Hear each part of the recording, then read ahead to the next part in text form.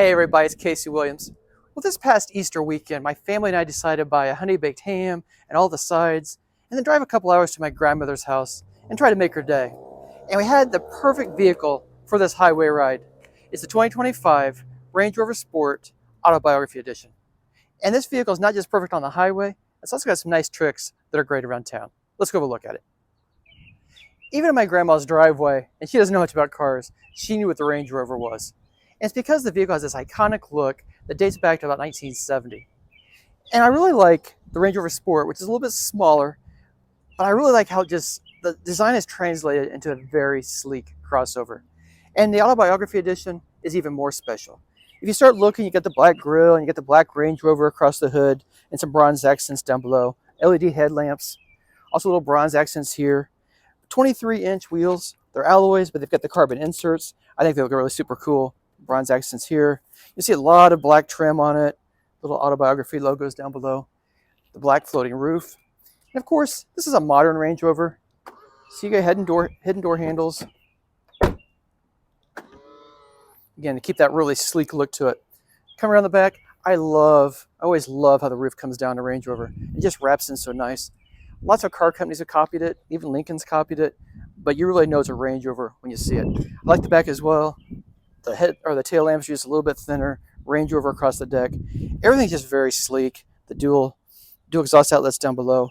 Almost looks like a concept car. I think it's very nice. I like the big spoiler here. Inside, power hatch, of course. Pretty roomy cargo compartment. Got the rubber mat in here.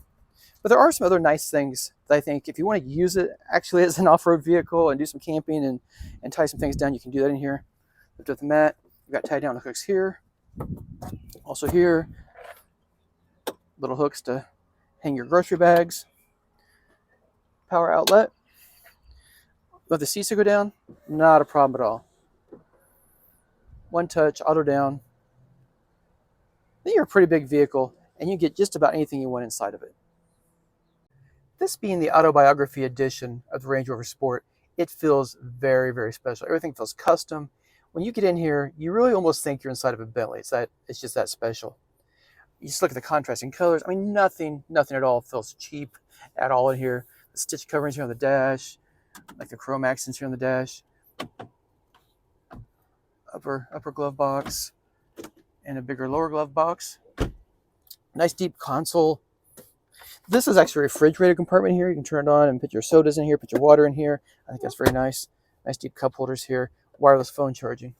Front seats, super comfortable. I had no complaints from anybody in the car on the several-hour drive. Heated, ventilated, and massaging front seats. Heated and ventilated rear seats. Daughter was quite happy with it. Heated leather-wrapped steering wheel. And the leather just feels really nice. I love this leather too. It just feels very, very expensive. Suede headliner. Again, just everything you touch, feel, and smell just seems expensive. And it kind of is. They've redone the gauge package and the touchscreen. Thank goodness. I absolutely thought the last version of this was detestable. I screamed and cussed at it and all that. This one is a lot better. And honestly, they're just like little art pieces hanging here on the dash. I love this. The instrument cluster, how it just kind of hangs here.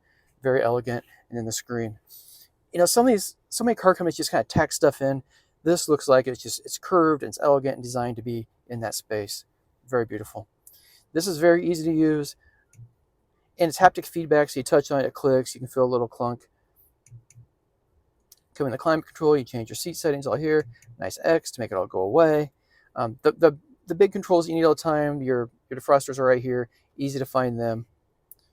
And of course your audio and navigation system there as well. So swipe screen.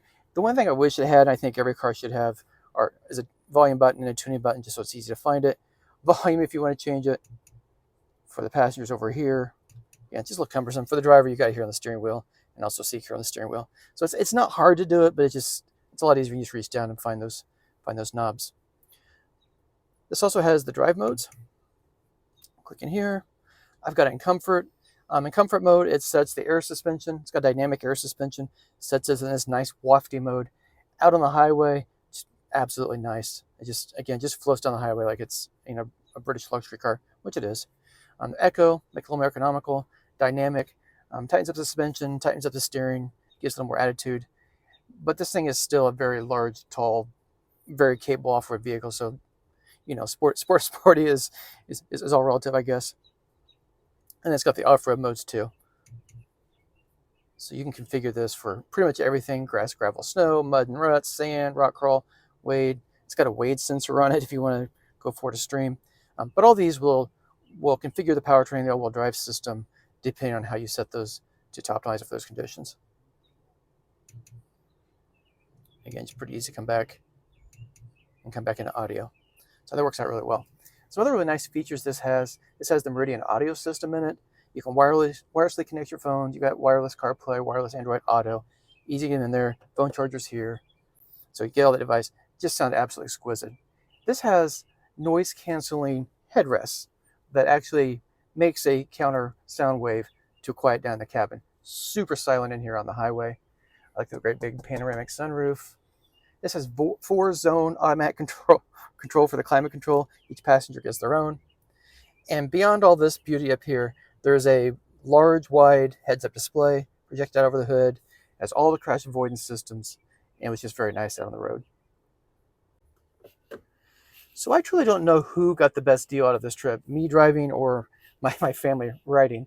Because like I said, the air suspension is just super comfortable, just rides very nice, just floats right over all the rough pavement. But from the driver's seat, it's also pretty cool. This has a 3-liter inline 6. And I said it has something special for the town. This is actually a plug-in hybrid too. So you get right at 50 miles, all electric range, and then that 3-liter inline 6 starts up. And all in, you're looking at 542 horsepower, 590 pound-feet of torque, all-wheel drive. It's got torque vector and all-wheel drive. Do 0 to 60 in 5.3 seconds. So you have this really large vehicle that you can drive as an electric car almost all the time in the city. And then when you get on the highway, 542 horsepower and all that torque from the electric system. So again, just dreamy on the highway. Power wherever you want it. Super smooth, super quiet. It's great. Another feature this has that's fantastic for in town is, you might have noticed it's kind of a large vehicle.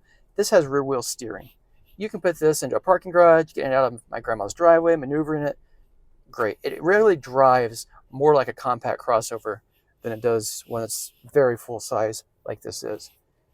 Fuel economy, you're looking at 53 miles per gallon equivalent with both systems. If I started out driving, it was showing mid-30s out on the highway, but then as it's doing the averaging from the electric system, first 50 miles, and it starts coming down. But you're looking at about 21 miles per gallon as a hybrid on the highway.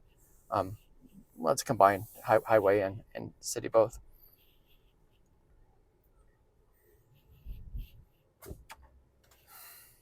Seriously, people. But it's really been nice to drive, comfortable to drive, and I just really wish the trip hadn't been over.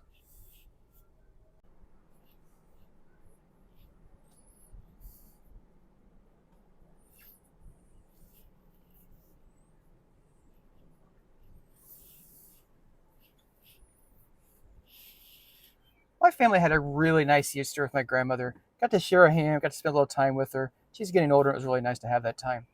But it was also a very nice drive over and back in the Range Rover Sport, especially the Autobiography package, all the interior comforts with the hybrid. You come back in the city, it's just easy to drive around town, drive back and forth to work. You got a vehicle that does pretty much everything well.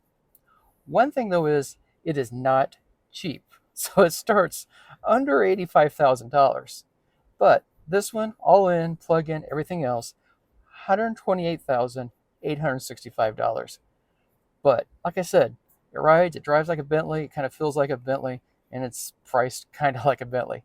So next week, I have another fun car. Hopefully, one's a little less expensive. Until then, storm forward.